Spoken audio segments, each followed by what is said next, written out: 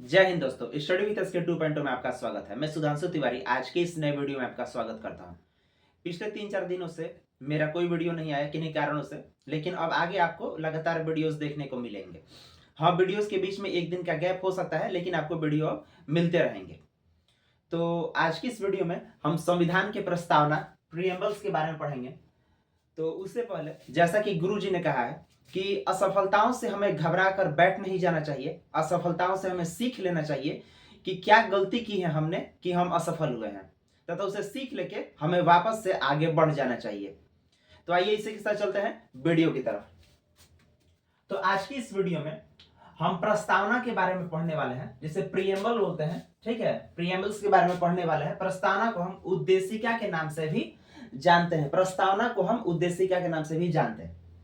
तो प्रस्तावना जो होता है एक संविधान का एक इंपॉर्टेंट पार्ट है प्रस्तावना। तो आइए देखते हैं।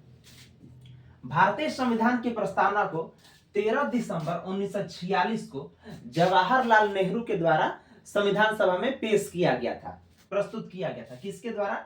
तो प्रस्तावना को 13 दिसंबर 1946 को, कब? 13 दिसंबर 1946 को जवाहरलाल नेहरू द्वारा, जवाहरलाल नेहरू, पंडित जवाहरलाल नेहरू द्वारा संविधान सभा में पेश किया गया था प्रस्तावना को। ठीक है, आइए देखते हैं। अगला है 22 जनवरी 1947। 22 जनवरी 1947 को संविधान सभा द्वारा प्रस्तावना को स्वीकार कर लिया गया। 22 जनवरी 1947 को संविधान सभा द्वारा प्रस्तावना को स्वीकार किया गया। तो ये क्वेश्चन आते हैं कि प्रस्तावना को कब स्वीकार किया गया? तो 22 जनवरी 1947 को। प्रस्तावना को किसने प्रस्तुत किया संविधान सभा में? तो जवाहरलाल नेहरू ने।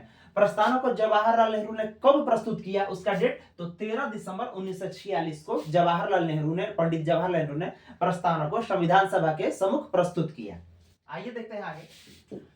संविधान की प्रस्तावना को संविधान की प्रस्तावना में भारत को एक प्रभुत्व संपन्न, समाजवादी, पंथ निरपेक्ष, लोकतंत्रात्मक गणराज्य घोषित किया गया है। कहा गया प्रस्तावना में भारत को एक प्रभुत्व संपन्न, समाजवादी, पंथ निरपेक्ष, लोकतंत्रात्मक गणराज्य घोषित किया गया है। प्रभुत्व संपन्न, भारत में खुद का शासन है, भारत खुद से शासन करता है, उसे किसी की सहायता की जरूरत नहीं है। और जिस राष्ट्र में प्रभुत्व संपन्न, मैंने आपको ये वर्ड पहले ही बताया था, खुद का शासन हो, उसे अपने शासन करने के लिए, अपने देश को चलने के लिए किसी की आवश्यकता ना हो, प्रभुत्व संपन्न, और एक संपन्न राष्ट्र हो। समाजवादी, समाजवादी, ये भी प्रस्तावना में हमारे देश को समाजवादी भी घोषित किया गया है। समाजवादी, इसमें राष्ट्र किसी के निजी मामले में, निजी संपत्ति में दखल नहीं देगा।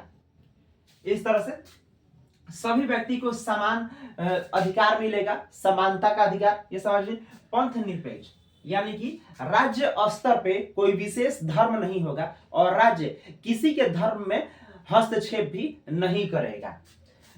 हमारा देश तो लोकतांत्रिक देश है। लोकतंत्र का अर्थ जिसमें जनता के द्वारा ही चुना जाता है अपने कैंडिडेट को, जनता ही उसे वोट देता है और वो काम ही जनता के लिए ही करता है।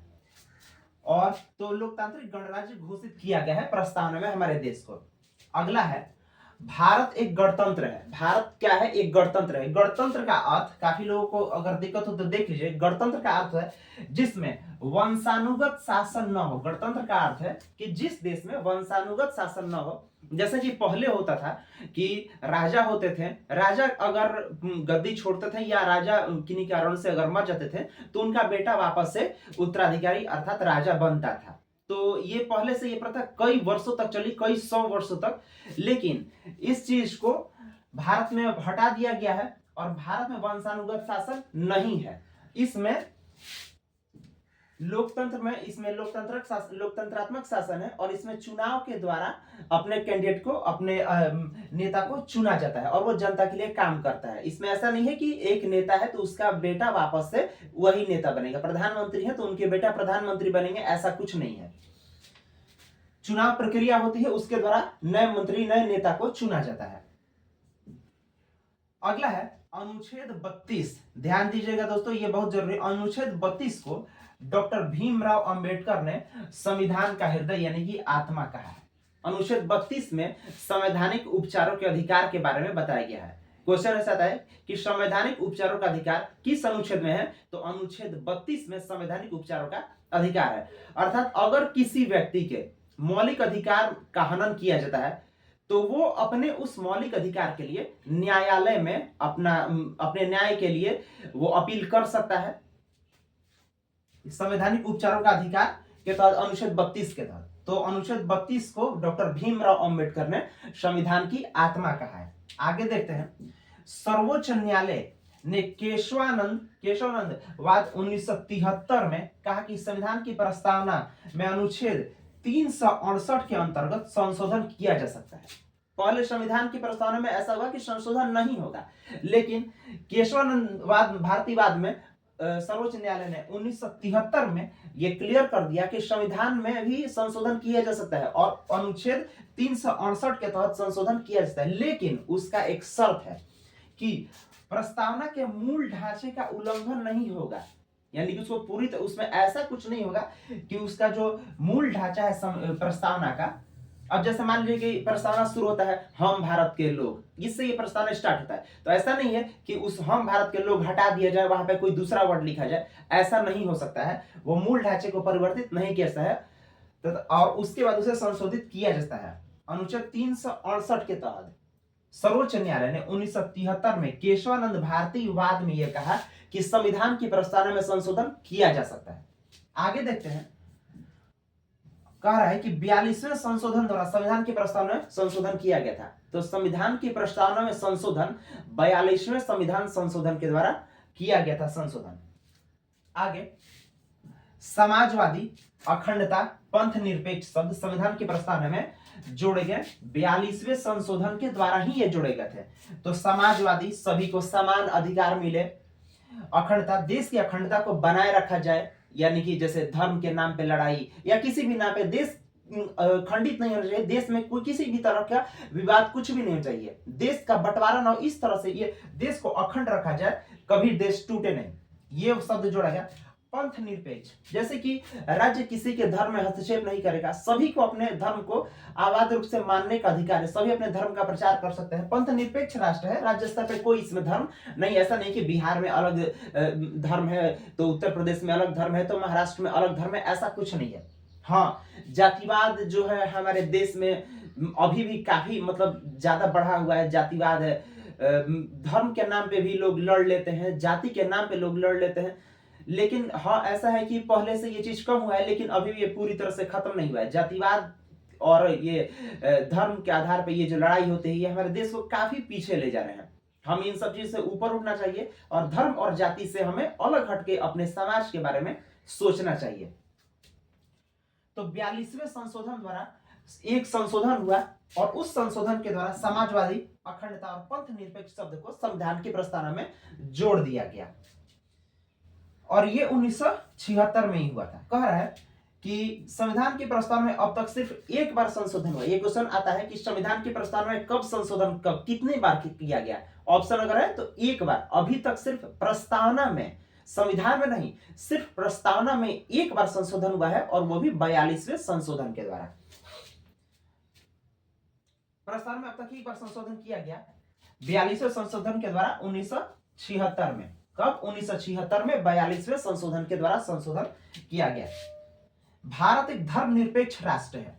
भारत जो है एक धर्मनिरपेक्ष, हमारे देश में सभी धर्मों को मान्यता दी जाती है। कोई भी धर्म, हिंदू, मुस्लिम, सिख, ईसाई, बौद्ध, जैन, कोई भी धर्म हमारे देश में सभी को मान्यता है। सभी अपने धर्म का प्रचार कर सकते हैं, सभी अपने भगवान की पूजा कर सकते हैं, मंदिर मस्जिदों का निर्माण करवा सकते हैं, इसमें कोई रोक टोक नहीं है हमारे देश में। लेकिन फिर भी पता नहीं क्यों हमारे देश के लोग इस नाम पे लड़ते हैं, जो कि गलत है। अगला देखते हैं, प्रस्तावना को न्यायालय में परिवर्तित नहीं किया जा सकता है। प्रस्तावना के खिलाफ, अगर प्रस्तावना का उल्लंघन कोई करता है तो उसके खिलाफ आप न्यायालय में अपील नहीं कर सकते हैं। या कोई बड़ा नेता हो, या कोई अधिकारी हो, या कोई आम आदमी हो, अगर वो प्रस्तावना का उल्लंघन करता है तो उसे न्यायालय में, परिवर्तित न्यायालय में वो अपील नहीं कर सकता, परिवर्तित नहीं किया जा सकता है, वो अपील नहीं करता है। कह रहे कि के.एम. मुंशी ने प्रस्तावना को राजनीतिक जन्म पत्री भी कहा है। तो प्रस्तावना को राजनीतिक जन्म पत्री किसने कहा है? तो के.एम. मुंशी ने। ध्यान रहे, प्रस्तावना में सम्मिलित सामाजिक, आर्थिक और राजनीतिक न्याय के तत्व 1917 के रूसी क्रांति, एक महान क्रांतियों में से, रूस की 1917 की क्रांति जो है एक महान क्रांतियों में से एक है। तो ये 1917 के रूसी क्रांति से ये सब वर्ड जो है प्रस्तावना में जोड़े गए हैं।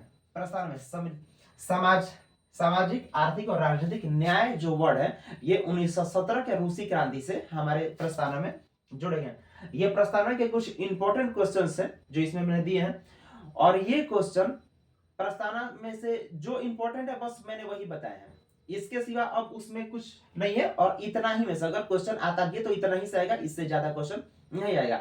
हाँ ऐसा नहीं है, अलग हट के भी क्वेश्चन है तो आप अलग से पढ़ सकते हैं, लेकिन ये जो है ये काफी इंपॉर्टेंट है। ये आपके हर एग्जाम में, या वो बीपीएससी हो, बिहार दरोगा हो, या बिहार पुलिस हो, ये छोटे स्तर के कोई एग्जाम हो, सभी में इससे क्वेश्चन आ सकते हैं अगर संविधान से क्वेश्चन आते हैं तो ये प्रस्तावना थी।